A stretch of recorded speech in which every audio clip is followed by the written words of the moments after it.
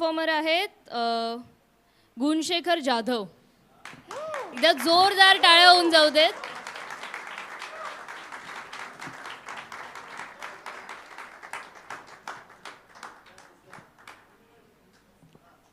काकांची आज खासियत म्हणजे ते त्यांच्या नातीसोबत परफॉर्म करणार आहेत. त्या नातीसाठी पण टाळ्या होऊन जाऊ देत. हे बघा, ही एक कला नाही आहे, ही नाते जोडणारी भावना आहे. आणि मला खरंच मस्त वाटतं की काका ये बस बस.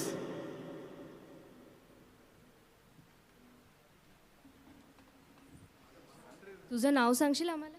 अभया.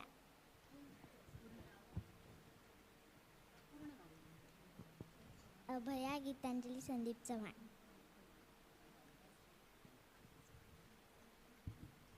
तू आज आजोबांसोबत परफॉर्म करतेस. गाण्याचं नाव? आता तरी देवा. एकदा जोरदार टाळ्या झाल्या पाहिजेत दोघांसाठी.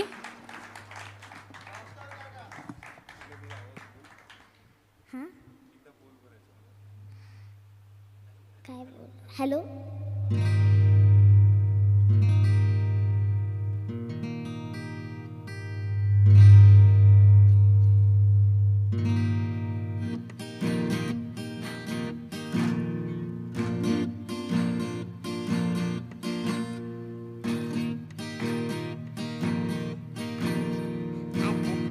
देवा मला पावशील का, सुख ज्याला म्हणत्यात ते दावशील का.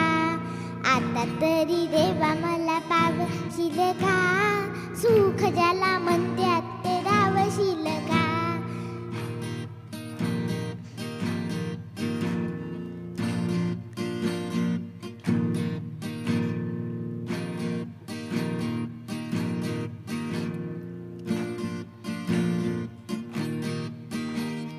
पैसा तो न्यायाचा खरी खबर, डावी कोणी मजुराला मारुतीचे बळ.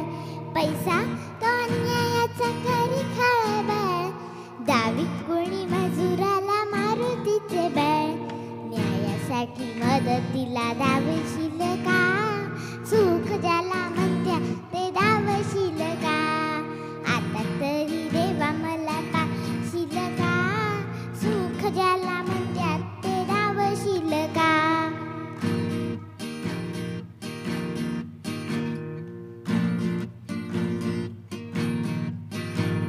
चोरी करून चोर दूर पळतो, संशयाने गरीबाला मार मिळतो. चोरी करून चोर दूर पळतो, संशयाने गरीबाला मार मिळतो. लाच घेतली त्यांना आळा घालीशील का, सुख ज्याला म्हणत्यात ते दावशील का. आता तरी देवा मला पावशील का, सुख ज्याला म्हणत्यात ते दावशील का.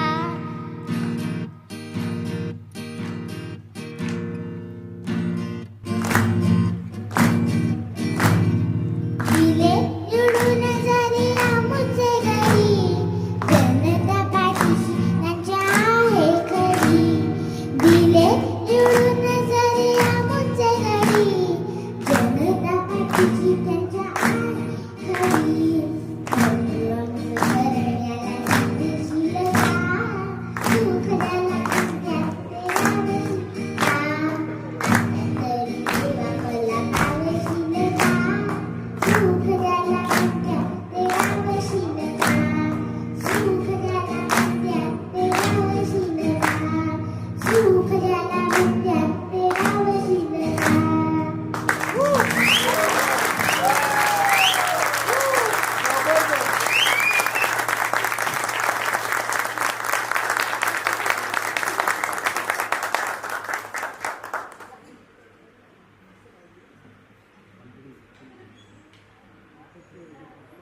सुरुवातीला कर्जतला मी अत्युत्तम केशव वाजवण्याचा प्रयत्न केला होता. तर तेच आता भजन पूर्णपणे वाजवतो. सुरुवातीला एक कडवं मी तुम्हाला वाजवून दाखवतो.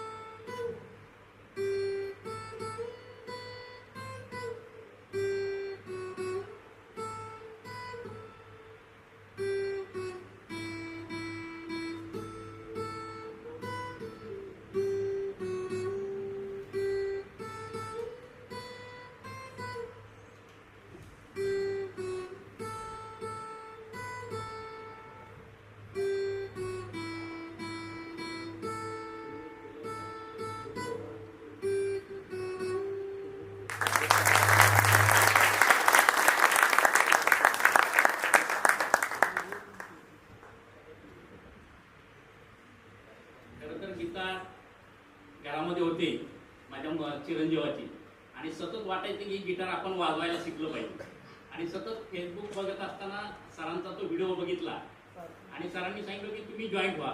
मी कुठलाही विचार न करता पहिल्यांदा मी जॉईन झालो आणि त्यानंतर जवळजवळ मला वाटतं 19 ऑगस्टला मी जॉईन झालो आणि त्यानंतर 30-31 ऑगस्टलाच ठाण्याला तो कार्यक्रम होता. त्या कार्यक्रमामध्ये गेलो आणि तिथं मग आपल्या सारख्या विद्यार्थ्यांचं मी स्वतः तिथं स्टेजवर जाऊन वाजवण्याचा प्रयत्न केला आणि मग त्यावेळेस मी ठरवलं की आता आपल्याला सुद्धा जर आपण गिटारगिरीमध्ये आलो असतो तर काही ना काहीतरी आपण वाजवायला शिकलं पाहिजे. म्हणून मग कर्जतला मी स्टेजवर परफॉर्मन्स केला आणि त्यानंतर मग सातत्यानं हे करत राहिलो. मी माझ्या सुट्टीमध्ये ती ज्यावेळेस आली त्यावेळेस मी आता तरी तेव्हा मग गाणं वाजवण्याचा प्रयत्न करत होतो आणि मग ती म्हणत होती आणि मग मी म्हटलं की हिला बरोबर घेऊन जर आपण गिटारगिरीच्या ह्याच्यामध्ये जर आपण प्रेफरन्स करू शकलो तर खूप हे होईल. आणि खरं तर माझी पत्नी समोर बसलेली आहे कारण सराव केला नाही तर तीच मला म्हणते की अरे आज गिटार काढली नाही तुम्ही म्हणजे असं म्हणतो की अरे काय बसलाय तुम्ही इथं घेऊन मला काम करायचे तुम्ही बसलाय सारखं. पण तसं नव्हतं. जर आपण एक दिवस जर मिस केला तरी सुद्धा मग ती मला आठवण करून द्यायची की अरे तुम्ही गिटार घेऊन का नाही बसला. आणि त्या पद्धतीने खरं तर आमच्या आज त्यांची कन्या आहे माझी डॉक्टर गीतांजली आणि आमचे जावई डॉक्टर संदीप या ठिकाणी आहेत. तर त्यांच्या सर्व पाठिंब्याने मी ही गिटारच्या गिरीमध्ये आता आम्ही दोघंजण ही करतोय. खरं तर पुढचं काय असं विचारलं तर आमच्या मनामध्ये असं आहे की आम्ही खरं तर मी चळवळीतील गाणी प्रेझेंट करावीत आम्ही दोघांनी मिळून की मग आता अशी एक 3-4 गाण्यांचा एखादा कार्यक्रम आपण बसवावा आणि चळवळीतील गाणी गिटारवर मी वाजवावीत आणि तिन्ही म्हणावीत असं आमचं पुढचं स्वप्न आहे.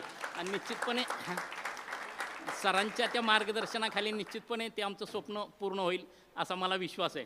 आणि एक मी अनुभव सांगतो की माझ्या पत्नीचा वाढदिवस असतो आणि माझी नेहमी गफलत व्हायची की 1/6 हा सुद्धा माझ्या पत्नीचा वाढदिवस असं सतत मला व्हायचं आणि मी 1/6लाच तिला मी शुभेच्छा द्यायचो. अरे ती म्हणायची आज नाही माझा वाढदिवस 6 तारखेला आहे. पण ह्यावेळेस मात्र माझ्या पूर्णपणे लक्षात आलं कारण 7 तारखेला आपला कार्यक्रम आहे आणि त्याच्या अगोदर 6 तारखेला तिचा वाढदिवस आहे आणि मग मी तिला गिटारच्या माध्यमातून मी तिला शुभेच्छा दिल्या. ते मी तुम्हाला आता या शुभेच्छा आपणा सर्वांच्या गिटारगिरीच्या सदस्यांच्या उपस्थितीत तिला मी शुभेच्छा आपणा सर्वांच्या वतीनं देतो आणि मी प्रयत्न करतो.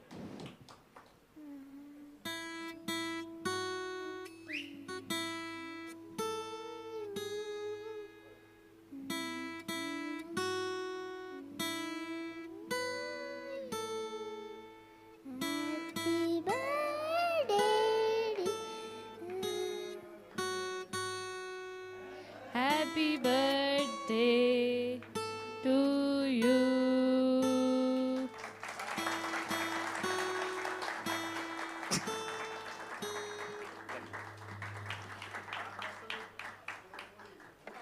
क्या बात आहे. एकदा जोरदार टाळ्या झाल्या पाहिजेत अभयासाठी पण आणि सरांसाठी पण.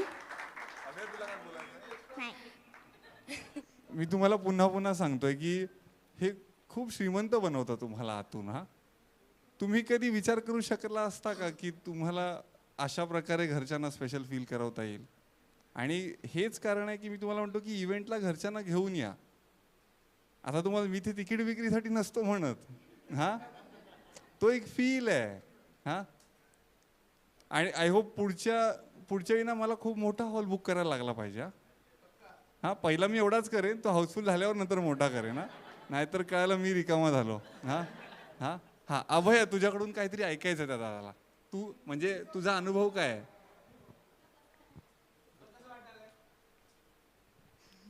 आजोबांबरोबर प्रॅक्टिस करताना कसं वाटतं. छान वाटलं.